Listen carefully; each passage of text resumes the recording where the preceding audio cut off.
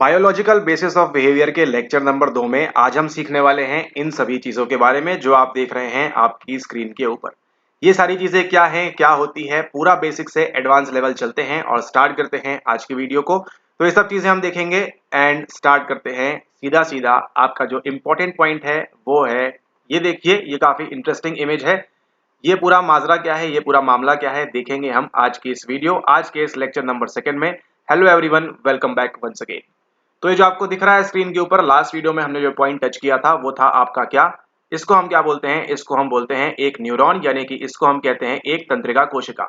अब इस तंत्रिका कोशिका के ये अलग अलग पार्ट हैं, जैसे कि हम कह सकते हैं कि आपकी बॉडी होती है। आपकी बॉडी के अंदर क्या है, ये आपका हेड है, ये आपका टो है, ये आपका फिंगर्स है और ये आपका नी है। ठीक है, अलग अलग प्रकार के जो डायमेंशन है आपकी बॉडी में, अलग अलग प्रकार की जो चीजें हैं।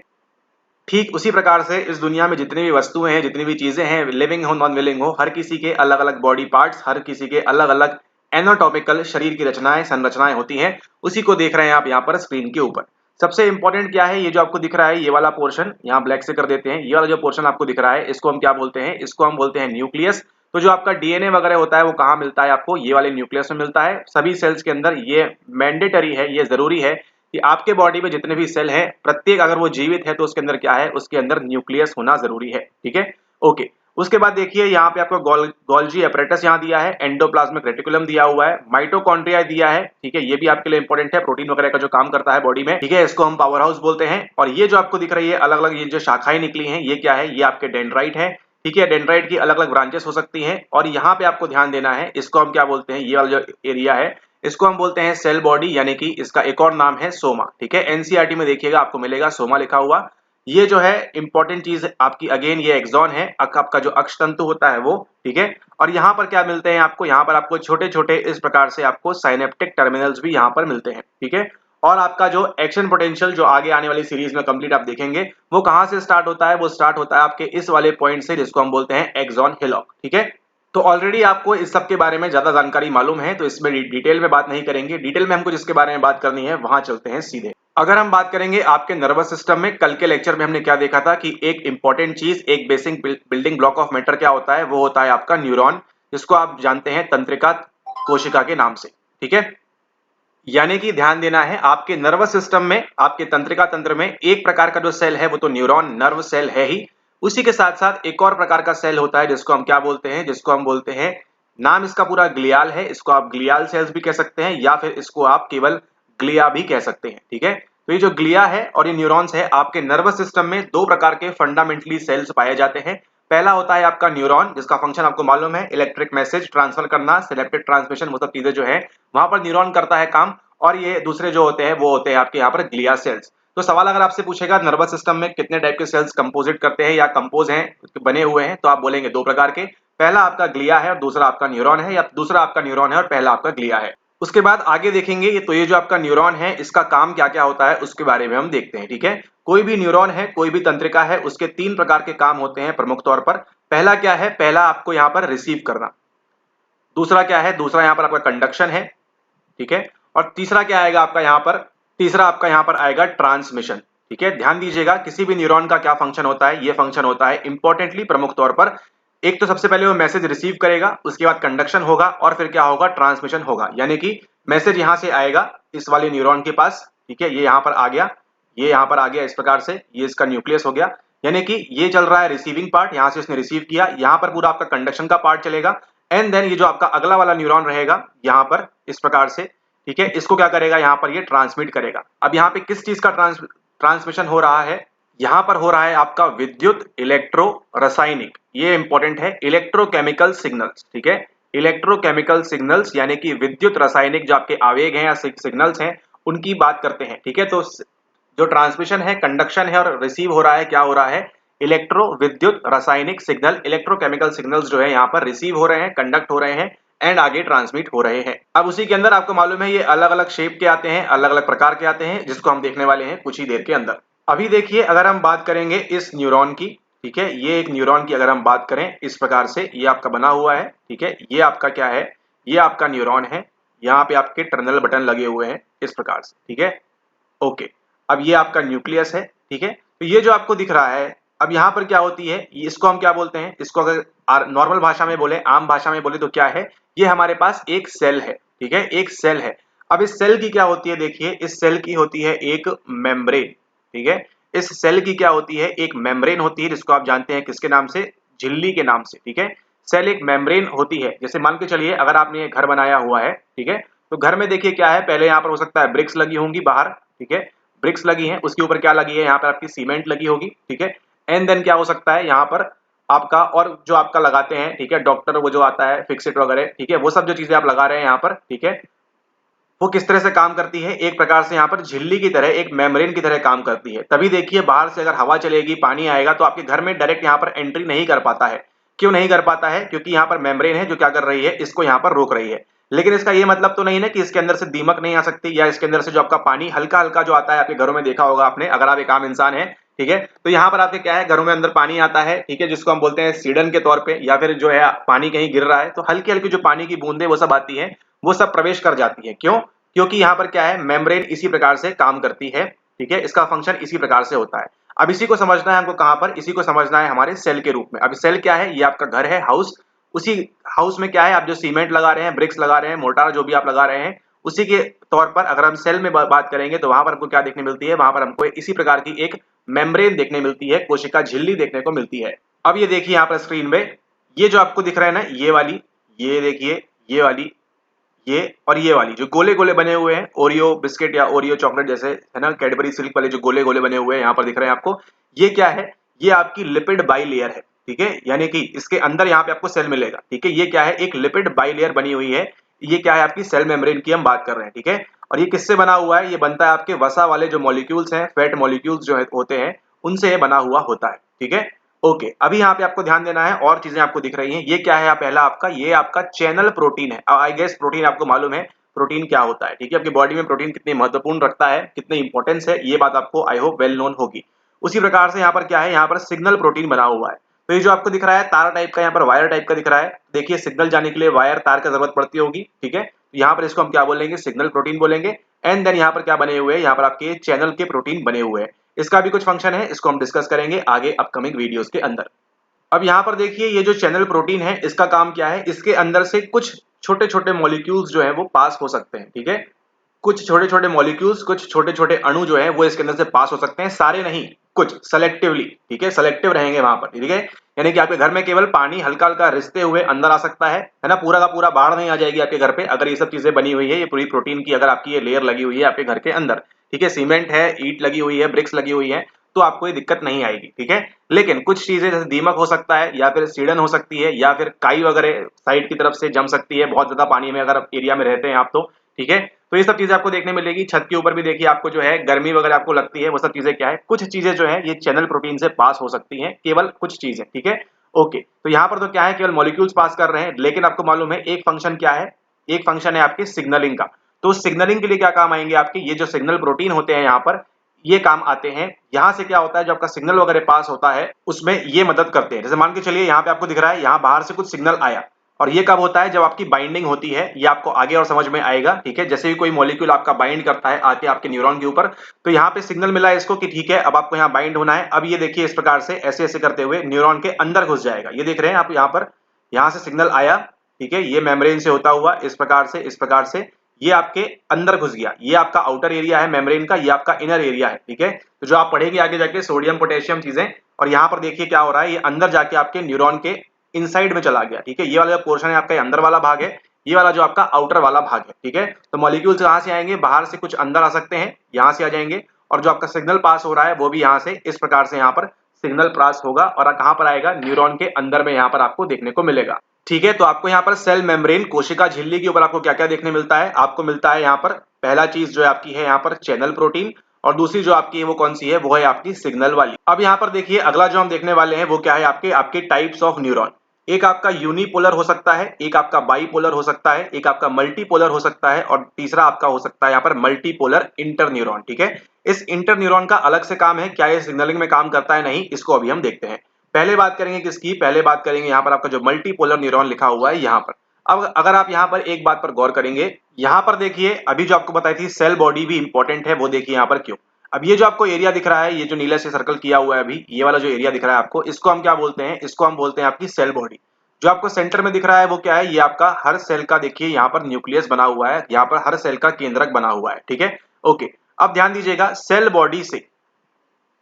बॉडी से जितनी भी अलग अलग शाखाएं, जितना भी अलग अलग एक्सटेंशन आपको देखने मिल रहा है, 1 2 3 4 5, ठीक है, 2 से ज्यादा मिल रहे हैं, इसको हम क्या बोलेंगे? आपका मल्टीपोलर न्यूरॉन बोलेंगे। बाकी सभी चीजें देखिए यहाँ पर सिमिलर हैं हर किसी के अंदर, ठीक है। लेकिन फर्क किसका है? कहां से निकलना चाहिए? चेंजेस होने चाहिए आपके सेल बॉडी के ऊपर से, ठीक है।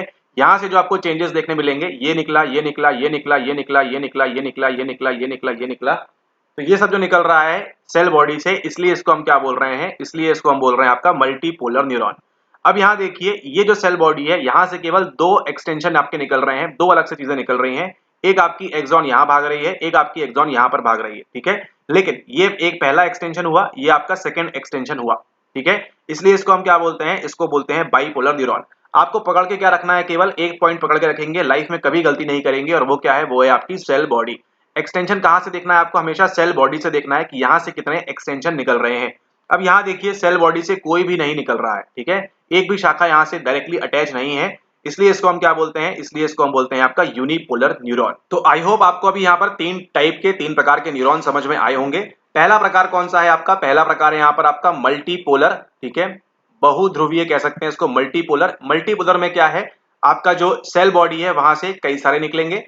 दूसरा आपका है यहाँ पर बाईपोलर। बाई मतलब क्या होता है? बाई मतलब ही 2 होता है, ठीक है। तो यहां से कितने निकलेंगे? आपकी सेल बॉडी से केवल 2 निकलेंगे। और आपका जो यूनिपोलर है, वहां पे क्या है? आपकी सेल बॉडी से कुछ भी नहीं निकलेगा, ठीक है। ओके, इसी के अंदर हमारे पास एक चौथा टाइप का है, वो है आपका क्या? वो है आपका मल्टीपोलर इंटरन्यूरॉन। अब ये मल्टीपोलर इंटरन्यूरॉन क्या है? ये तो न्यूरॉन समझ में आया आपको। इंटर मतलब अलग अलग प्रकार के आपको यहाँ देखने मिल सकते हैं, ठीक है। यहाँ पर देखिए आपको एक्सॉन नहीं दिख रही है, ठीक है। तो किसी किसी इंटरन्यूरॉन के अंदर एक्सॉन नहीं होती है, किसी किसी के अंदर होगी तो बहुत ही शॉर्ट होती है, ठीक है, बहुत ही कम इसकी होती है, आपको देखने मिलेगी। इसको हम क्या बोलते हैं? इसको बोलते हैं आपके इंटरन्यूरॉन। याद करिए, कभी अगर आपने हमसे लेक्चर्स पढ़े हुए हैं तो समझ में आएगा आपको, स्पाइनल कॉर्ड के आसपास जो आपके इंटरन्यूरॉन होता है, जहां पर फटाफट सिग्नल भेजने होते हैं, आपको समझ में आ रहा है? एक्सॉन नहीं है, या फिर एक्सॉन जो है बहुत शॉर्ट है, बहुत छोटी है, वो हमको कहां देखने मिलेगी? वो हमको देखने मिलेगी आपके इंटरन्यूरॉन के अंदर। यहां भी देखिए लंबी लंबी एक्सॉन्स बनी हुई है यहाँ पर भी, लेकिन केवल और केवल इंटरन्यूरॉन के अंदर आपको ये शॉर्ट एक्सॉन्स या फिर नो एक्सॉन देखने को मिलेगी। और एक्सॉन मतलब होता है आपका अक्षतंतु, जहां पर पूरा का पूरा ट्रांसमिशन होता है, ठीक है। तो खुद से सवाल पूछिए कि क्या ट्रांसमिशन के लिए, जो आप देखते हैं सिग्नल ट्रांसफर होता है, क्या ट्रांसमिशन के लिए इंटरन्यूरॉन का इस्तेमाल किया जाता होगा? खुद से सवाल ट्राई कीजिए आइडेंटिफाई करने का। क्या इंटरन्यूरॉन्स हमारे सिग्नल ट्रांसमिशन में मदद करेंगे, हाँ या नहीं? अगर आपका जवाब हाँ है तो नहीं, फिर से रिवाइज कीजिए। अगर आपका उत्तर है नहीं, बिल्कुल सही बात है। इंटरन्यूरॉन्स जो हैं आपके सिग्नल ट्रांसफरिंग के लिए उतनी मदद नहीं करते, क्योंकि एक्सॉन ही नहीं है। जब एक्सॉन ही नहीं होगा तो क्या होगा? यहाँ पर आगे सिग्नल जा कैसे पाएगा, ठीक है। ओके, इसके आगे थोड़ा सा हम रिकैप करते हैं। याद कीजिए सीएनएस क्या होता है और पीएनएस क्या होता है। लास्ट लेक्चर में इसको हमने कवर किया हुआ है डिटेल के साथ में। अभी वो चीज देखिए यहाँ पर आपको अगेन फिर से टकराने वाली है। आगे इसकी और डिटेल में हम चले, फिर से क्विकली यहाँ रिवाइज कीजिए। ये क्या है? ये आपका न्यूक्लियस यहाँ पर बना हुआ है, ये आपका सेंटर है। सेल बॉडी कहाँ पर है? सेल बॉडी देखिए सराउंडिंग में है। अलग अलग सेल बॉडी से अलग अलग प्रकार के जब आप एक्सॉन निकलते हुए एक्सटेंशन आपको देखने मिलेगा, तो आप क्या कहेंगे? अलग अलग प्रकार के न्यूरॉन आपको वहां देखने मिलेंगे। ये जो आपको दिख रहा है एक्सॉन, ये क्या है? ये आपका अक्षतंतु है। इसी के ऊपर क्या होती है? आपकी माइलिन शीथ है, जिसको अभी हम थोड़ी देर के अंदर देखने वाले हैं, ठीक है। ध्यान क्या रखना है आपको? ये न्यूक्लियस ध्यान रखना है, सेल बॉडी ध्यान रखनी है, और एक्सॉन ध्यान रखना है। हम पढ़ रहे हैं किस चीज के बारे में? हम पढ़ रहे हैं हमारे तंत्रिका तंत्र के बारे में, यानी कि नर्वस सिस्टम के बारे में। इसके अंदर हमने देखा है 2 प्रकार के सेल्स होते हैं। पहला क्या होता है? पहला आपका न्यूरॉन होता है। सेकंड कौन सा होता है? सेकंड आपके यहाँ पर ग्लिया होते हैं, ठीक है। Neuron cells and glia cells आपको देखने मिलते हैं।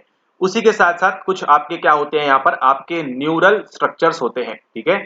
कुछ आपकी संरचनाएं होती हैं आपके इसके अंदर, तंत्रिका तंत्र के अंदर, जिसके अंदर हम बात करने वाले हैं 2 प्रमुख तौर पर, ठीक है। अब ये न्यूरल स्ट्रक्चर्स क्या हैं? ये जो आपकी तंत्रिका संरचनाएं हैं, इसको आप तंत्रिका संरचनाएं लिख सकते हैं, ठीक है। ये क्या होती हैं, उनके बारे में यहाँ पर हम देखते हैं, ठीक है। यहाँ समझिएगा, ध्यान से समझिएगा, काफी इंपॉर्टेंट चीज है, ठीक है। ओके, अब कुछ संरचनाएं होंगी जिसके अंदर क्या होगी? केवल और केवल हमारी सेल बॉडी होगी, ठीक है। जो हमारी काय है, केवल उस वो होगी पहले टाइप के न्यूरल स्ट्रक्चर्स के अंदर। और किसी किसी के अंदर क्या होंगे? केवल हमारे एक्सॉन्स होंगे, ठीक है। केवल जो हमारे अक्षतंतु हैं, केवल वही होंगे। यहाँ पे ध्यान दीजिए, फिर से किसकी बात कर रहे हैं? नर्वस सिस्टम के अंदर कुछ ऐसे न्यूरल स्ट्रक्चर्स हैं, कुछ ऐसी तंत्रिका संरचनाएं हैं जो बनी है दो प्रमुख तौर पर, एक तो जिनके अंदर केवल सेल बॉडी यानी कि केवल इस प्रकार की cell body cell body cell body cell body cell body cell body होगी, और दूसरे क्या है, एक्सॉन होंगे, इस प्रकार के एक्सॉन, बंडल्स ऑफ एक्सॉन इस प्रकार के आपके होंगे, ठीक है। उनसे मिलाकर जो न्यूरल स्ट्रक्चर्स बनते हैं उनको हम क्या कहते हैं। और यहां से आपकी ये छोटी सी इंफॉर्मेशन, बड़ी ही बारीक इंफॉर्मेशन आपको देखिए पूरा आपका कंसेप्ट क्लियर करने वाली है अभी। अब ध्यान दीजिएगा, जब भी हम बात करेंगे किसके अंदर, जब भी हम बात करेंगे आपके सीएनएस के अंदर यानी कि केंद्रीय तंत्रिका तंत्र के अंदर, केंद्रीय तंत्रिका तंत्र के अंदर क्या होगा, जब भी आपका सेल बॉडी होंगी, जब भी आपकी सेल बॉडी होंगी, उसको हम क्या बोलते हैं, उसको बोलते हैं हम आपका ये न्यूक्लियाई, ठीक है। स्पेलिंग गलत लिख दी क्या, न्यूक्लियाई, ठीक है। उसको हम क्या बोलते हैं, उसको हम बोलते हैं न्यूक्लियाई। ध्यान दीजिएगा, ये जो पिंक वाला है ये किसकी बात कर रहा है, ये आपकी सेल बॉडी यानी जो काय हमने लिखा था वहां पर उसकी बात करता है। फिर से सुनिए ध्यान से, काफी इंपोर्टेंट कंसेप्ट है। केंद्रीय तंत्रिका तंत्र के अंदर, इसके अंदर क्या क्या आता है, केवल ब्रेन और स्पाइनल कॉर्ड, यानी कि आपके मस्तिष्क के अंदर, आपकी रीढ़ की हड्डी के अंदर जहां पर केवल सेल बॉडी का गुच्छा है, उस एरिया को हम क्या कहते हैं, हमारी भाषा में उसको हम कहते हैं न्यूक्लियाई। क्लियर है, ओके। अब यहां देखिए, जब हम बात करेंगे पेरिफेरल नर्वस सिस्टम में, यानी कि आपका मस्तिष्क और रीढ़ की हड्डी को छोड़कर आपका हाथ पांव टांग जो भी आपकी है, ठीक है, वहां पर जब भी हमको क्या मिलेंगे, वहां पर जब भी हमको इस प्रकार से देखने मिलेगा पीएनएस के अंदर, तो उसको हम क्या बोलते हैं, उसको हम बोलते हैं आपका यहां पर गैंग्लिया, ठीक है। यहां पर गैंग्लिया क्या है, वही सेम आपकी जो काय है, cell body cell body cell body जब एक गुच्छा बनाएगी कहां पर, पीएनएस के अंदर, तो उसको हम क्या बोलते हैं, उसको हम बोलते हैं गैंग्लिया। उसके बाद हमने अभी किसके बारे में बात की, हमने बात की सेल बॉडी के बारे में। जैसा डायग्राम हम बना रहे हैं ऐसा ही अगर आप अपनी कॉपी में बना लेंगे, नोट्स बना लेंगे इस प्रकार से, तो बहुत बढ़िया होगा, ठीक है। तो अब यहां देखिए, जब हम बात करेंगे आपके, अब हम यहाँ पे जो ब्लू वाला है ध्यान रखिएगा, ब्लू वाला आपके एक्सॉन डिनोट्स कर रहा है, ठीक है, ओके। अब जब सीएनएस के अंदर, जब आपके ब्रेन और आपका स्पाइनल कॉर्ड है उसके अंदर जब आपके क्या होंगे, बंडल ऑफ एक्सॉन्स होंगे या एक्सॉन्स होंगे या उनका एक्सॉन्स का गुच्छा होगा, उसको हम क्या बोलेंगे, उसको हम बोलते हैं आपका ट्रैक्ट। क्या बोलते हैं, उसको आप बोलते हैं ट्रैक्ट। एंड सेम जब आपका पीएनएस के अंदर होगा, पीएनएस के अंदर जब आपके इसी प्रकार के आपके एक्सॉन्स के गुच्छा होंगे, ठीक है, तो उनको हम क्या बोलेंगे, उनको हम यहां पर बोलते हैं आपकी नर्व्स, ठीक है। ये आपको ध्यान रखना है, गैंग्लिया और नर्व्स आपको पीएनएस में देखने मिलेंगे, न्यूक्लियाई और ट्रैक्ट आपको कहां देखने मिलेंगे, आपको सीएनएस में देखने को मिलेंगे, ठीक है, ओके। अब ध्यान दीजिए, पेरिफेरल नर्वस सिस्टम की हम बात कर रहे हैं, दो प्रकार की प्रमुख नर्व आपको पता है, कौन सी नर्व है, अगर हम बात करें आपकी ऑडिटरी नर्व, जो आप श्रवण तंत्रिका सुनते हैं, ऑडिटरी नर्व वो क्या है, पीएनएस की है, आपके काम करती है। ऑसिपिटल या फिर सॉरी जो आपकी ऑप्टिक नर्व है ना, ऑप्टिक नर्व क्या है, एक्सॉन्स का गुच्छा है, कहां पर, आपके पीएनएस के पार्ट, ठीक है। इसी प्रकार से जो आप जो हाइपोथैलेमिक न्यूक्लियाई और जो न्यूक्लियाई वगैरह सुनते हैं वो कहां होगा, वो आपके सीएनएस के अंदर होगा। आई होप अभी आपको ये क्लैरिटी यहां मिल गई होगी कि क्या चीजें हैं। केवल आपको ध्यान रखनी है, क्या आपको ध्यान रखनी है यहाँ पर, काय के बारे में यानी कि सेल बॉडी के बारे में, और आपको ध्यान रखना है जो ब्लू वाला है इसको आप क्या डिनोट करते हैं, ये आपके एक्सॉन्स का गुच्छा होगा, ठीक है। तो ये एक इंपॉर्टेंट कंसेप्ट है, इसी प्रकार से आप स्क्रीनशॉट ले सकते हैं, नोट कर लीजिए, ये काफी आपके लिए इंपॉर्टेंट रहने वाला है, ठीक है। तो आप कभी मत भूलिएगा न्यूक्लियाई क्या है, ट्रैक्ट क्या है, गैंग्लिया क्या है एंड नर्व्स क्या है, ठीक है, ओके। अब इसके आगे देखिए, हमने बात की अभी न्यूरॉन के बारे में, अब हम बात करते हैं आपके यहाँ पर ग्लियाल सेल्स के बारे में, ठीक है। ग्लियाल सेल्स के बारे में जब हम बात करेंगे, आपको यहाँ पर एक रेशियो ध्यान रखना है, प्रत्येक 3 न्यूरॉन के ऊपर यानी पर 3 न्यूरॉन्स आपके पास कितने ग्लिया होंगे, आपके पास 2 ग्लिया होंगे, ठीक है, ग्लिया 1 एंड ग्लिया 2, ठीक है। एक जनरल धारणा है यहाँ पर कि प्रत्येक 3 न्यूरॉन के ऊपर आपके 2 ग्लिया सेल्स आपको देखने को मिलेंगे, हर 3 न्यूरॉन पे 2 ग्लिया, हर 3 न्यूरॉन पे 2 ग्लिया। तो ऐसे आपके जितने न्यूरॉन्स आपके बॉडी में, प्रत्येक के लिए 2-2 ग्लिया, ऐसा आज के जो वैज्ञानिक है यहाँ पर मान रहे हैं। अभी जो हम यहाँ पर देखने वाले हैं उसके अंदर आपके 4 प्रमुख तौर के 4 मेजर टाइप्स के आपके जो ग्लियाल सेल्स देखने वाले हैं, उसको में आपको एक नाम ध्यान रखना है, किसका नाम ध्यान रखना है आपको, आपको ध्यान रखना है ओस्मा का नाम, ठीक है। ओस्मा जो थी बहुत ही एक अच्छी लड़की थी, ओस्मा, ठीक है। ओस्मा को आप ध्यान रखेंगे तो कभी भी आप ग्लिया सेल्स को नहीं भूलेंगे। ओस्मा से देखिए, ये आएगा आपका ओलिगोडेंड्रोसाइट्स के लिए, ये आएगा आपके श्वान सेल्स के लिए, ये आएगा आपके माइक्रोग्लिया के लिए, और ये आएगा किसके लिए आपके, ये आएगा आपके एस्ट्रोसाइट्स के लिए, ठीक है। तो ध्यान दीजिएगा यहाँ पर, ये आपका एस्ट्रोसाइट्स है, ये आपका माइक्रोग्लिया है, नाम में ही देखिए ग्लिया लगा हुआ है, माइक्रोग्लिया, ये आपके श्वान सेल्स हैं, और ये आपके ओलिगोडेंड्रोसाइट्स हैं। प्रमुख तौर पर ध्यान दीजिए, ओलिगोडेंड्रोसाइट्स कहाँ बनाते हैं, ये बनाते हैं आपके माइलिन शीट्स आपके सीएनएस के अंदर, और जो श्वान सेल्स हैं वो कहाँ बनाते हैं आपके, वो बनाते हैं आपके पीएनएस के अंदर, ठीक है। क्या बना रहे हैं ये बना रहे हैं एक माइलिन शीट, माइलिन शीट, ठीक है। यहाँ पर देखिए इस प्रकार से माइलिनेशन इन द सीएनएस क्या दिखेगा आपको, ओलिगोडेंड्रोसाइट्स, हमेशा आपको यही दिखेगा। और माइलिनेशन इन पीएनएस क्या मिलेगा आपको, देखिए श्वान सेल्स है। ठीक है, अब ये क्या है, देखिए ये आपकी एक्सॉन भाग रही है, ये आपकी एक्सॉन भाग रही है, ये आपकी एक्सॉन भाग रही है। यहाँ पर देखिए ये आपकी एक एक्सॉन भाग रही है। तो एक्सॉन को कवर करने के लिए आपका एक फैटी सब्सटेंस होता है। ठीक है, एक फैटी सब्सटेंस, एक फैटी तत्व होता है जिसको हम क्या बोलते हैं, जिसको हम बोलते हैं माइलिन। ठीक है, तो माइलिन क्या है, एक फैटी सब्सटेंस है जो किसको कवर करता है, वो कवर करता है आपके, देखिए इस प्रकार से लपेटा हुआ है ना इसने, किसको कवर कर रहा है, वो इस प्रकार से ये कवर कर रहा है आपके एक्सॉन को, ताकि एक्सॉन को हानि ना पहुंचे। और एक्सॉन को हानि नहीं पहुंचेगी तो क्या होगा, आपका जो इलेक्ट्रिकल ट्रांसमिशन जो हो रहा है, सिग्नल्स जा रहे हैं, वो फटाफट वहां पर जाएंगे। ठीक है, ओके। अब आपको ध्यान देने वाली बात यहाँ पर यह है कि देखिए ये एक ओलिगोडेंड्रोसाइट्स है यहाँ पर। ठीक है, ये वाला, उसने देखिए इस एक्सॉन को भी कवर किया हुआ है, इस एक्सॉन को भी कवर किया हुआ है, और इस एक्सॉन को भी कवर किया हुआ है, यानी कि एक ओलिगोडेंड्रोसाइट्स आपके 3 एक्सॉन को संभाले हुआ है। तो मान के चलिए अगर इसमें टूट फूट हो गई तो क्या होगा, तीनों के ही जो है वारे न्यारे हो जाएंगे। ठीक है, लेकिन यहाँ पर देखिए एक एक्सॉन के लिए यहाँ पर पर्टिकुलर श्वान सेल जो आपको यहाँ केवल इसी को यहाँ पर कवर किया हुआ है, कोई भी अन्य को इसने कवर नहीं किया हुआ है। ठीक है, इसलिए अगर ओलिगोडेंड्रोसाइट्स खराब हो जाते हैं, इनकी माइलिन शीट ब्रेक हो जाती है, तो ये डिफिकल्ट होता है रिपेयर होना, लेकिन श्वान सेल्स के मामले में ये काफी इजी हो जाता है। तो आपको एक शब्द ध्यान रखना है, वो क्या है, वो है आपका एक्सोनल अक्षतंतु रीजनरेशन। ठीक है, अक्षतंतु पुनर्निर्माण, रीजनरेशन जो है, ये केवल कैपेसिटी किसके पास रहेगी बताइए, ओलिगोडेंड्रोसाइट्स के पास या श्वान सेल्स के पास? जी हाँ, बिल्कुल सही, ये रहेगी केवल आपके श्वान सेल्स के पास में। ठीक है, श्वान सेल्स और ओलिगोडेंड्रोसाइट्स में प्रमुख फर्क क्या है, एक तो बता दिया आपको, एक ओलिगोडेंड्रोसाइट्स 2-3 को संभाले सकती है, ये जस्ट एक नंबर है, इससे ज्यादा भी हो सकता है। लेकिन जो श्वान सेल्स है वो क्या करेगा, केवल एक पे एक ही एक्सॉन को कवर करेगा। सेकेंड डिफरेंस क्या है आपका, श्वान सेल्स किस में काम करेगी, आपके एक्सोनल रीजनरेशन में काम करेगी, यानी मान के चलिए अगर माइलिन शीट वगैरह ब्रेक वगैरह भी हो जाती है तो वो उसमें कवर अप कर लेती है। इसीलिए याद कीजिए पिछला लेक्चर जहां पर आपको बताया था कि सीएनएस में अगर चोट लग जाएगी तो दिक्कत हो जाती है आपको काफी ज्यादा। ठीक है, सीएनएस में डैमेज हानिकारक बहुत ज्यादा है एज कंपेयर टू पीएनएस। ठीक है, पीएनएस में आपका जो एक्सोनल रीजनरेशन है वो कवर अप कर सकता है, लेकिन सीएनएस में होना काफी दिक्कत वाली बात है। तो अभी हमने देख लिया है 2 प्रकार के ग्लिया सेल्स के बारे में। तीसरा जो हम देखने वाले हैं वो क्या है, वो है आपका यहाँ पर माइक्रोग्लिया। नाम से आपको समझ में आ रहा होगा, माइक्रो मतलब क्या होता है, माइक्रो मतलब होता है स्मॉल। अभी क्या करता है ये जो माइक्रोग्लिया है, ये बट ऑब्वियस सी बात है बाकी के जो आपके ग्लिया सेल्स हैं उनसे स्मॉलर रहेगा, उनसे छोटा है यहाँ पर। ठीक है, और क्या काम करता है यहाँ पर, ये जो भी आपका डेंटिंग पेंटिंग का काम है, जो भी आपकी रिपेयरिंग का काम है, वो कौन करता है, वो करता है आपका ये माइक्रोग्लिया। ठीक है, मान के चलिए आपके यहाँ पर इंजुरी हो गई है, कुछ हो गया है, तो उसके लिए रिपेयरिंग का काम, ठीक है, उसके सारी चीजों को करना, सेल को पुनर्निर्माण करना, इस सब में कौन मदद करता है, आपका माइक्रोग्लिया करता है। आप समझ रहे हैं हम किसकी बात कर रहे हैं यहाँ पर, इनके प्रकार है, इनके फंक्शन की हम बात कर रहे हैं कि इनका फंक्शन होता क्या है। ओलिगोडेंड्रोसाइट्स का फंक्शन क्या है कि सीएनएस को कवर करे, एक्सॉन्स को। आपके जो श्वान सेल्स हैं उनका फंक्शन क्या है कि पीएनएस के जो एक्सॉन्स हैं उनको कवर करे। यहाँ पर माइक्रोग्लिया का फंक्शन क्या है, सबसे छोटा होता है यहाँ पर आपका। एंड देन जो भी आपको डिजीज होती है, जो भी आपको बीमारी होती है, जो भी आपको चोट लगती है, इंजरी लगती है, वहां पर न्यूरॉन के अंदर, वहां पर रिपेयरिंग का काम, डेंटिंग पेंटिंग का काम, वो सब किसका काम है, वो सब आपका काम है इस माइक्रोग्लिया का। तो कोई अगर आपसे पूछे सबसे स्मॉलर ग्लिया सेल्स कौन सा है, तो आप क्या बोलेंगे, आप बोलेंगे गारंटी के साथ माइक्रोग्लिया।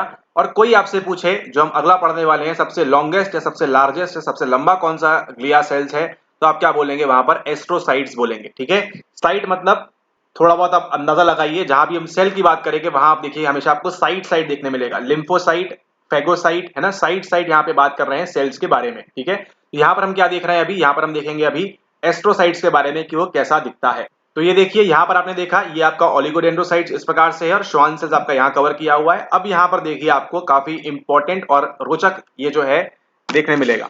अभी देखिए ये जो आप देख रहे हैं स्क्रीन के ऊपर, ये जो पिंक वाले हैं, ठीक है, ये जो पिंक वाले हैं देखिए कितने बड़े हैं, कितने बड़े बड़े हैं ये। ठीक है, ये क्या है, ये जो पिंक वाले कवर किए हुए हैं ये क्या है, ये आपके एस्ट्रोसाइट्स हैं। ठीक है, देख रहे हैं आपको थोड़ा स्टार की तरह दिख रहे हैं, एक जो आपका स्टार होता है, तारा होता है, उस प्रकार के दिख रहे हैं आपको, इसलिए इसका नाम एस्ट्रोसाइट्स है। तो यहाँ पर देखिए काफी इंटरेस्टिंग चीज, काफी ध्यान से देखिएगा, पेन का साइज छोटा करते हैं काफी माइन्यूट, ताकि आपको समझ में आएगा अच्छे से। ठीक है, वाइट कर देते हैं यहाँ पे बैकग्राउंड में। ओके, यहाँ पर देखिए ये क्या है, ये एक न्यूरॉन चल रहा है यहाँ पर। ठीक है, ये आपका एक न्यूरॉन चल रहा है, ये भी आपके न्यूरॉन चल रहा है, ये भी आपका एक न्यूरॉन है। ठीक है, ये देखिए पूरा न्यूरॉन कितना अंदर गुच्छा बना हुआ है, ये देखिए न्यूरॉन है। ठीक है, ओके, अब देखिए क्या ये न्यूरॉन एस्ट्रोसाइट से कनेक्टेड है, यस कनेक्टेड है, यस कनेक्टेड है, यस कनेक्टेड है, यस। आप जहां भी देखेंगे आपके न्यूरॉन से इसका कनेक्शन कहीं ना कहीं जुड़ा हुआ है, कहीं ना कहीं ये न्यूरॉन के साथ अटैच है। लेकिन लेकिन लेकिन इसी के साथ आपके नर्वस सिस्टम में न्यूरॉन तो है ही, लेकिन ये जो आपको दिख रहे हैं ये क्या है, ये है आपकी यहाँ पर रक्त वाहिकाएं, यानी कि जो आपके ब्लड वेसल्स होते हैं, ठीक है। पूरे शरीर में खून दौड़ रहा है। हमने लास्ट लेक्चर में देखा था कि आपके ब्रेन में भी, शरीर में ब्रेन में भी आपके क्या है, रक्त वाहिकाएं हैं, ब्लड वेसल्स हैं, ठीक है, वहां पे भी खून जा रहा है। तो ये जो एस्ट्रोसाइट्स हैं वो देखिए क्या कर रहे हैं, वो इससे भी चिपके हुए हैं। इंटरेस्टिंग बात, सबसे लार्जेस्ट हैं और इससे चिपके हुए हैं, नर्वस सिस्टम के जो न्यूरॉन्स है उससे भी। और ये जो आपके क्या बने हुए हैं, यहाँ पर ये बने हुए हैं आपके ब्लड वेसल्स, इसके साथ भी अटैच हैं। तो यहाँ पर देखिए, यहाँ पर एक फ्रेंड, एक कंसेप्ट है आपके म्यूचुअल फ्रेंड का। ये तो आप सभी को पता होगा म्यूचुअल फ्रेंड क्या होता है, ठीक है। तो ये जो एस्ट्रोसाइट्स है किसकी तरह काम करता है, सेम टू सेम आपके म्यूचुअल फ्रेंड की तरह काम करता है, ठीक है। ओके, ये मान के चलिए एक पर्सन है ए और ये एक पर्सन है बी, ठीक है। ये दोनों अलग अलग स्ट्रेंजर हैं, ये दोनों एक दूसरे को नहीं जानते, लेकिन ए जानता है इसको और ये जानता है इसको, ठीक है। तो मान के चलिए अगर ए को कुछ बात पहुंचानी होगी बी तक, तो क्या वो इसके द्वारा नहीं पहुंचा सकता, पहुंचा सकता है। और अगर बी को बात पहुंचानी है इसके पास तक, ए के पास तक, मान के चलिए खुफिया रास्तों से, तो किसके द्वारा हो सकता है, केवल और केवल आपके म्यूचुअल फ्रेंड के द्वारा हो सकता है, यानी केवल और केवल आपके एस्ट्रोसाइट्स के द्वारा हो सकता है। आई होप आप, ये आपको यहाँ पर एस्ट्रोसाइट्स का फंक्शन समझ में आ गया होगा। तो जरा सोचिए, अगर एक एस्ट्रोसाइट्स यहाँ पर अटैच है किससे, आपके ब्लड वेसल से, ठीक है, आपकी रक्त वाहिका से और आपके न्यूरॉन से, ठीक है। तो मान के चलिए आपके खून में कुछ केमिकल है, कुछ चीज है, अगर उसको पहुंचानी है, जरूरत है आपके सीएनएस के न्यूरॉन्स के लिए, तो क्या है नहीं पहुंचा सकता। आपको उत्तर मिल गया। एस्ट्रोसाइट्स का फंक्शन यही होता है कि अगर कुछ केमिकल सब्सटेंसेस हैं उसको ब्लॉक भी करना है, ठीक है। ब्लॉक इसकी मर्जी के ऊपर है कि आगे बात पहुंचानी है, जो म्यूचुअल फ्रेंड है उसके ऊपर सब कुछ है कि आगे बात पहुंचानी है नहीं। हो सकता है बीच में आपको एस्ट्रोसाइट्स धोखा भी दे दे, तो ये भी आपको जो है ध्यान रखना है, ठीक है। पूरा का पूरा जो है यहाँ पर मामला किसके ऊपर निर्भर है, इस एस्ट्रोसाइट्स के ऊपर है। मान के चलिए ये वाला केमिकल भेजना है, ये वाला केमिकल नहीं भेजना, तो क्या करेगा वो, इस वाले को लेके अपने पास तक ब्लॉक कर देगा, यहाँ तक येलो वाले को इसको ब्लॉक कर देगा। और यहाँ इसको भेजना है तो क्या बोलेगा, ठीक है आप आगे जाइए, आप आगे जाइए, आप आगे जाइए, ठीक है। तो यही फंक्शन किसका है आपके, यही फंक्शन है आपके एस्ट्रोसाइट्स का। और इसी एस्ट्रोसाइट्स का एक और फंक्शन है यहाँ पर, और वो क्या है, वो यहाँ पर ये है कि आपके ब्लड वेसल को कॉन्ट्रैक्ट करना की और रिलैक्स करना। आई होप आपको रिलैक्स का मीनिंग पता है, तो उसका अपोजिट क्या हो जाएगा आपका कॉन्ट्रैक्ट, ठीक है। यानी कि आपकी जो रक्त वाहिकाएं हैं वो उसमें आराम आराम से खून बहेगा या कॉन्ट्रैक्ट हो जाएगा, कम खून चाहिए, कहाँ ज्यादा चाहिए है, ठीक है। वो सब चीजें जो है वो भी कौन डील करता है आपके यहाँ पर, ये जो एस्ट्रोसाइट्स है वही यहाँ पर डील करता है, ठीक है। तो यहाँ पर आपने देखा 4 प्रकार के ग्लिया सेल्स के बारे में, उनका नाम क्या है, नाम उस फ्रेंड का ध्यान रखिएगा, ओस्मा, ठीक है।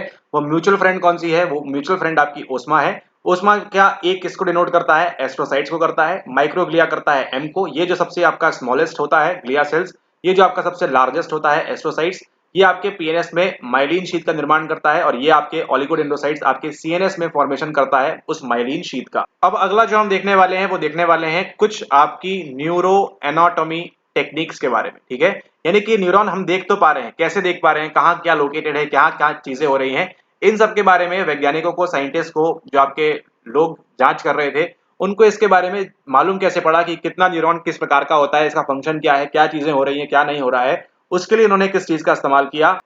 तो सबसे पहले जब कहानी की शुरुआत होती है इटली से, तो ये जो आपको दिख रहा है, ठीक है, इस प्रकार का, आपने कभी अगर माइक्रोस्कोप के नीचे कुछ चीजें देखी होंगी तो इस प्रकार की आपको दिखती है, ठीक है। तो इसको हम क्या बोलते हैं, यहाँ पे आप नाम ध्यान रखिए, उतना इंपॉर्टेंट नहीं है, लेकिन बस आपकी जानकारी के लिए आपको मालूम होना चाहिए, ठीक है। पेपर का लेवल बढ़ता जा रहा है तो आपको हर चीज आपको मालूम होना चाहिए, बिल्कुल बेसिक से बिल्कुल छोटी से छोटी जानकारी आपके लिए इंपॉर्टेंट है, ठीक है। तो इसको हम क्या बोलते हैं, इसको हम बोलते हैं गोल्जी स्टेन या गोल्गा स्टेन, जो भी आप कहना चाहें इसको। अब इसके बारे में कहानी की शुरुआत होती है आपकी 1870 में, ठीक है। 1870 में इटली में एक व्यक्ति थे, इनका नाम था कैमियो कैमियो गोल्जी, ठीक है, उन्हीं के नाम पे पड़ा हुआ है। और देखिए स्टेन मतलब क्या होता है, स्टेन मतलब होता है दाग, ठीक है। तो आपने कभी अगर एक्सपेरिमेंट वगैरह कभी आपने किया हो 11 12 में, बायोलॉजी कभी आप कर रहा हो, या केमिस्ट्री फिजिक्स के अंदर भी, जो आप क्या करते हैं यहाँ पर, फिजिक्स के अंदर तो नहीं बट केमिस्ट्री में आप क्या करते हैं, एक छोटा सा इस प्रकार का टिश्यू पेपर लेते हैं, लिटमस पेपर लेते हैं, और वहां पर छोटी छोटी चीजें करते हैं, सेम उसी प्रकार का, इतने बड़े थे यहाँ पर ये, ठीक है। तो वो एक्सपेरिमेंट वगैरह कर रहे थे अपनी लैब के अंदर, और ये जो कैमियो गोल्जी है ये निकाल के लाते हैं किसके बारे में, उनके नाम पे पड़ा क्या आपका एक गोल्जी स्टेन, ठीक है। अब ये जो आपके गोल्जी थे किसके ऊपर काम कर रहे थे, ये न्यूरॉन के ऊपर तो बिल्कुल काम नहीं कर रहे थे, ये क्या कर रहे थे, पिछला लेक्चर याद कीजिए जहां हमने पढ़ा था मेनिंगीज के बारे में, 3 प्रकार के मेनिंगीज हमने देखे थे वहां पर, ठीक है, ड्यूरा, पिया, सब एर्कोनॉइड और एर्कोनॉइड।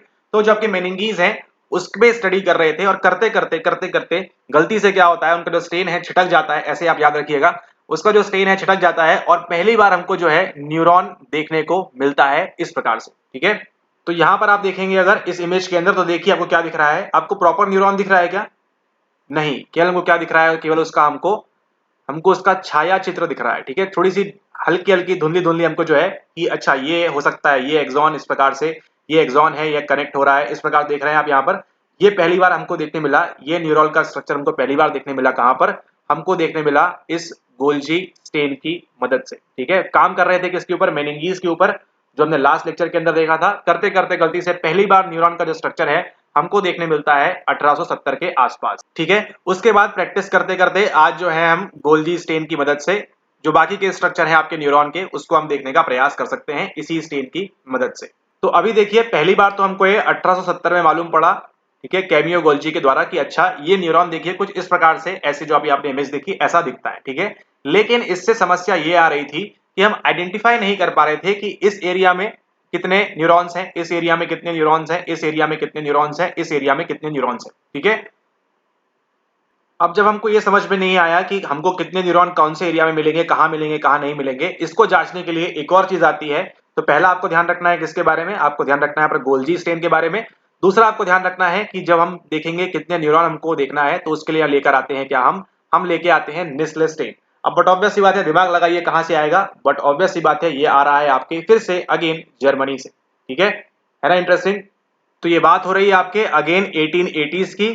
ठीक, आपकी वहां पर लेबोरेटरी वगैरह खुलने वाली है, खुल चुकी है, वहां पे बात हो रही है। एंड तभी हमको जो है ये निस्ले स्टेन हमको देखने मिलता है जर्मनी से। ठीक है, तो पहली आपकी ये न्यूरल स्टेनिंग टेक्निक, इसको हम कह सकते हैं न्यूरल स्टेनिंग टेक्निक। यानी क्या कर रहे हैं, न्यूरॉन के ऊपर धब्बे धब्बे मार मार के हमको आइडेंटिफाई कर रहे हैं कि कौन से एरिया में कितने न्यूरॉन्स हमको वहां पर देखने को मिल रहे हैं। और इसको लेकर कौन आया था, इसको लेकर आए थे आपके फ्रांज निस्ल। नाम ध्यान रखिएगा, लाइफ टाइम कभी ना कभी आपको जरूर ये काम आएंगे। ठीक है, फ्रांज निस्ल आपको बताते हैं किसके बारे में, इन्होंने क्या दिया था आपको, आपको दिया था यहाँ पर निस्ल स्टेन। ठीक है, या निस्ल स्टेन इसको हम कह सकते हैं बड़े आराम से।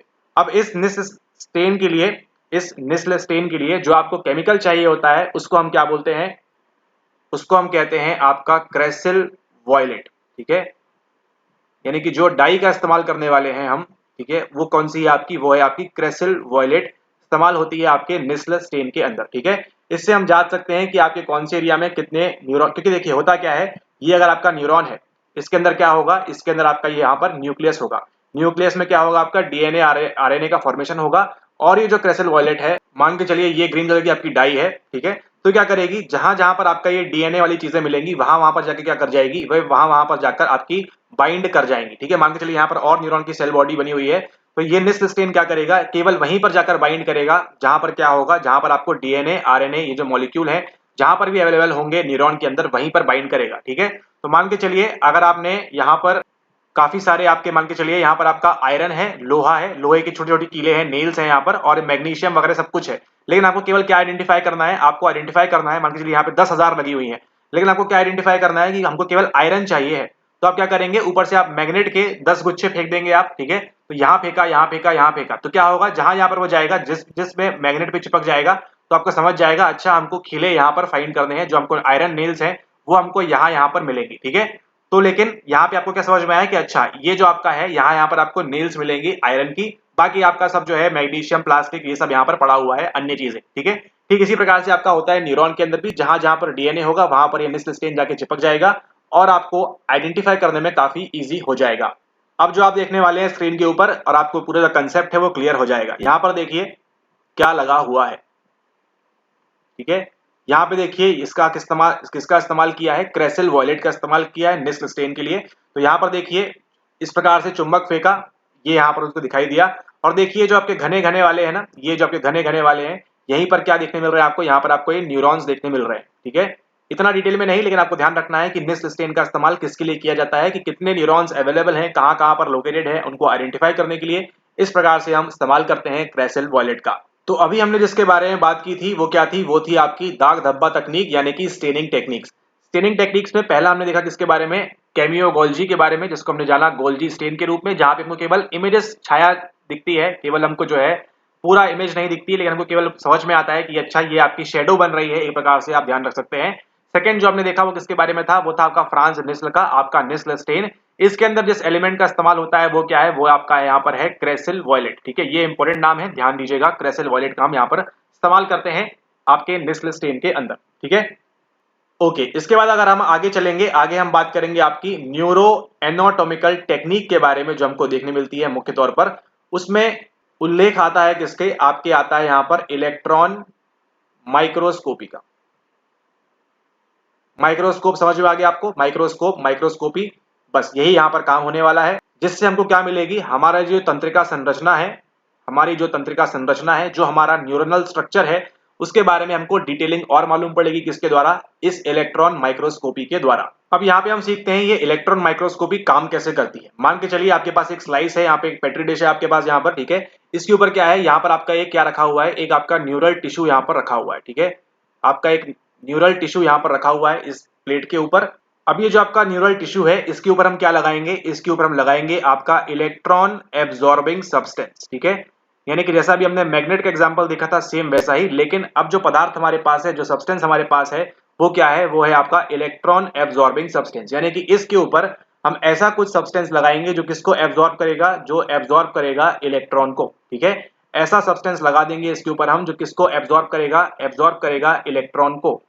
अब यहाँ पे हमने सब्सटेंस तो लगा दिया, लेकिन कितना एब्जॉर्ब करेगा डिपेंड करता है अलग अलग डिग्री के ऊपर, उस न्यूरॉन का जो फंक्शन है, जो उसका बॉडी स्ट्रक्चर है, जैसे भी संरचना है उसकी, उसके ऊपर डिपेंड करता है। हो सकता है बॉडी में ज्यादा अटेन कर ले वो, हो सकता है एक्सॉन पे कम करे, या हो सकता है आपके जो डेंड्राइट्स हैं उस पर ज्यादा करे, कुछ भी डिपेंड कर सकता है। ठीक है, उसके बाद क्या करेंगे, उसके बाद हम जो एक इलेक्ट्रॉन की बीम है वो पास करेंगे इसके ऊपर से, इसके ऊपर से इलेक्ट्रॉन की बीम पास करेंगे। और जब इतनी मेहनत करने के बाद जब हम उसको देखते हैं माइक्रोस्कोप के अंदर, एक अलग प्रकार का माइक्रोस्कोप आता है, उसको हम बोल सकते हैं SEM, स्कैनिंग इलेक्ट्रॉन माइक्रोस्कोप। उसके बाद हमको देखिए इस प्रकार से देखने को मिलता है। ठीक है, ये देख रहे हैं आप, इस प्रकार से ये सब चीजें आपको देखने मिलती हैं उसके अंदर।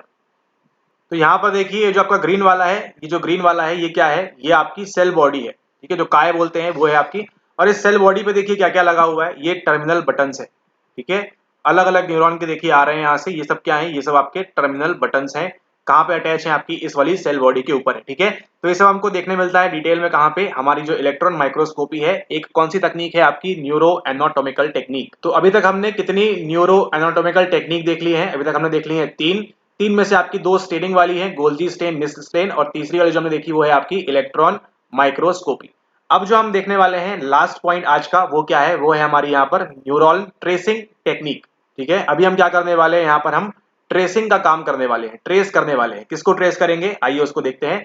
दो प्रकार के इसके अंदर होते हैं, एक होता है आपका यहाँ पर एंटेरोग्रेड, इस प्रकार से एमनीसिया के अंदर होता है नाम, वैसा ही सेम है, एंटेरोग्रेड ट्रेसिंग मेथड्स या टेक्निक।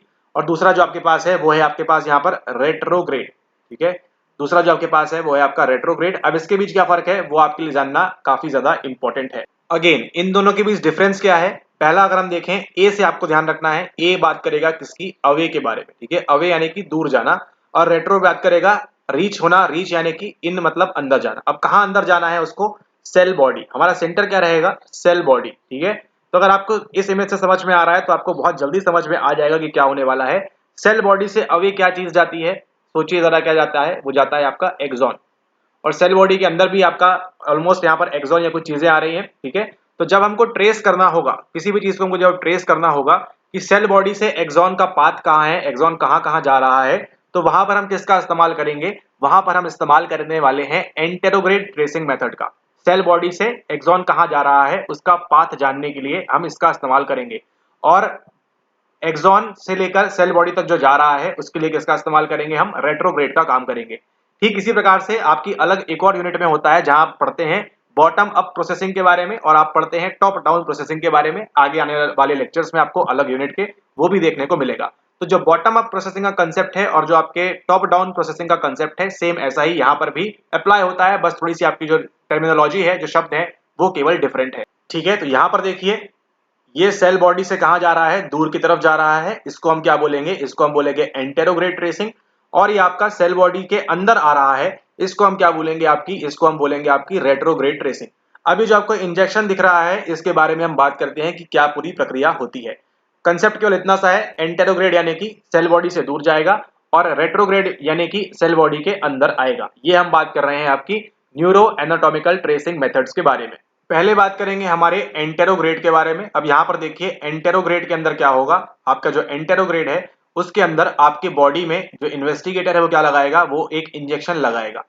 ठीक है, कैसा इंजेक्शन लगाएगा, जो हम किसके लिए इस्तेमाल करेंगे केवल और केवल आपके एंटेरोग्रेड ट्रेसिंग के लिए। ठीक है, यानी ऐसा समझिए कि अगर आपको बुखार है तो आपको दवाई कौन सी देगी, जो असर करेगी इसके ऊपर, बुखार के ऊपर। लेकिन अगर आपको यहाँ पर खांसी है तो कौन सी दवाई दी जाएगी आपको, जो असर करेगी किसके ऊपर, खांसी के ऊपर। ठीक है, या फिर कैंसर भी ले सकते हैं यहाँ पर, जो असर करेगी कैंसर के ऊपर। तो ना तो कैंसर वाली बुखार में काम आएगी और ना बुखार वाली कैंसर में काम आएगी। सेम चीज यहाँ पर आपको जो इंजेक्शन लगाया जाएगा वो कौन सा रहेगा, जो इन्वेस्टिगेटर इंजेक्ट करेगा बॉडी के अंदर, ऐसा वाला जो एंटीरियर ट्रेसिंग के लिए काम आए, एंटेरोग्रेड ट्रेसिंग के लिए काम आए। और जो एब्जॉर्ब कौन करेगा, सोचिए अगर हम यहाँ पर बात करेंगे तो इसको एब्जॉर्ब कौन करेगा, इसको अपने अंदर कौन लेगा, लेने वाली है आपकी सेल बॉडी। क्योंकि हम कहां से ट्रेस कर रहे हैं, सेल बॉडी से हम एक्सॉन की तरफ जा रहे हैं। ठीक है, अब सेम इसका क्या होगा, सेम इसका रिवर्स होगा किसके अंदर, आपके रेट्रोग्रेड के अंदर। ठीक है, रेट्रोग्रेड जो आपकी ट्रेसिंग है उसके अंदर भी क्या होगा, सेम इसी प्रकार से आपको इंजेक्शन दिया जाएगा। ऐसा इंजेक्शन जो किसके लिए इस्तेमाल होगा, केवल आपके रेट्रोग्रेड ट्रेसिंग मेथड्स के लिए इस्तेमाल होगा। अब सोचिए इसको एब्जॉर्ब कौन करेगा, इसको एब्जॉर्ब कौन करेगा, सोचिए सोचिए सोचिए, हम कहां से जा रहे हैं, हम एक्सॉन से जा रहे हैं। तो इसको एब्जॉर्ब कौन करेगा, इसको एब्जॉर्ब करेंगे आपके यहाँ पर टर्मिनल बटन्स। आप फर्क समझ में आ जाएगा आपको यहाँ पर कि क्या हो रहा है। ठीक है, जो आपके टर्मिनल बटन्स हैं वहां से जाएगा मामला कहां तक, आपकी सेल बॉडी तक पूरा। ठीक है, उसके बाद क्या होगा, केमिकल यहां से यहां तक जाएगा, केमिकल यहां से यहां तक जाएगा। उसके बाद आपका जो ब्रेन है उसको वहां पर काटा जाएगा। ठीक है, एंड देन काटने के बाद जो है, ऑब्वियस सी बात है यहाँ पर हम जिंदा आदमी की बात नहीं कर रहे हैं। ठीक है, उसके जो स्लाइसेस रहेंगे, उसके बाद क्या होगा, उसके जो स्लाइसेस रहेंगे उसको स्टडी की जाएगी और देखा जाएगा कि ये केमिकल कहाँ कहाँ तक पहुंचा था। क्या ये सेल यहां से निकलकर इस सेल बॉडी से केमिकल कहां तक बीच में रुक गया, कहां तक पहुंचा, वो चेक किया जाएगा। एंड देन आपका जो टर्मिनल बटन थे वहां से कहां तक आपका सेल बॉडी में केमिकल गया है, कहां पर नहीं गया है, उसके बारे में आपकी ये स्टडी की जाएगी। तो हम किसके बारे में पढ़ रहे हैं, हम पढ़ रहे हैं कंप्लीट यहाँ पर न्यूरॉन की स्टडी के बारे में। और जो अभी हमने मेथड देखी इसको हम क्या बोलते हैं, इसको हम बोलते हैं न्यूरो एनाटॉमिकल, यानी कि तंत्रिका संरचना ट्रेसिंग। उनको जो ट्रेस करने वाली मेथड्स हैं उनके बारे में। दो प्रमुख प्रकार की हैं, पहली जो आपने देखी यहाँ पर एंटेरोग्रेड, एंड दूसरी जो आपने देखी वहां पर वो है आपकी रेट्रोग्रेड। तो यहाँ पर देखिए ये आपकी एंटेरोग्रेड ट्रेसिंग है, सेल बॉडी से इंजेक्ट किया, सेल बॉडी एब्जॉर्ब करेगी यहाँ से और यहाँ से यहाँ फेंकेगी। रेट्रोग्रेड ट्रेसिंग क्या करेगी, यहाँ से एब्जॉर्ब करेगी टर्मिनल बटन्स के ऊपर, देखिए बना हुआ है गोले, और यहाँ से आपकी जाएगी यहाँ पर सेल बॉडी तक। इसी के साथ आपका ये पार्ट नंबर 2 यहाँ पे समाप्त होता है, आपके यूनिट नंबर 4 का। अगले लेक्चर में मुलाकात करेंगे हम 3rd लेक्चर के अंदर, जहां पर हम देखेंगे इसी एनाटॉमी के बारे में आपकी। और अभी तो हमने केवल किसकी एनाटॉमी देखी है, अभी हमने केवल आपके न्यूरॉन की देखी है। अब इसका हम एक बड़ा प्रारूप देखेंगे, आगे चलेंगे आपके कहां पर, आगे चलेंगे आपके ब्रेन के ऊपर कि क्या कैसी सारी चीजें होती हैं, कौन कौन से स्ट्रक्चर हैं आपके ब्रेन के अंदर, उनमें क्या क्या चीजें हैं, क्या क्या चीजें नहीं है, उनके बारे में और डीप स्टडी करेंगे अगले पार्ट के अंदर, यानी कि पार्ट नंबर 3 के अंदर। Thank you and have a nice day ahead. Take care all of you.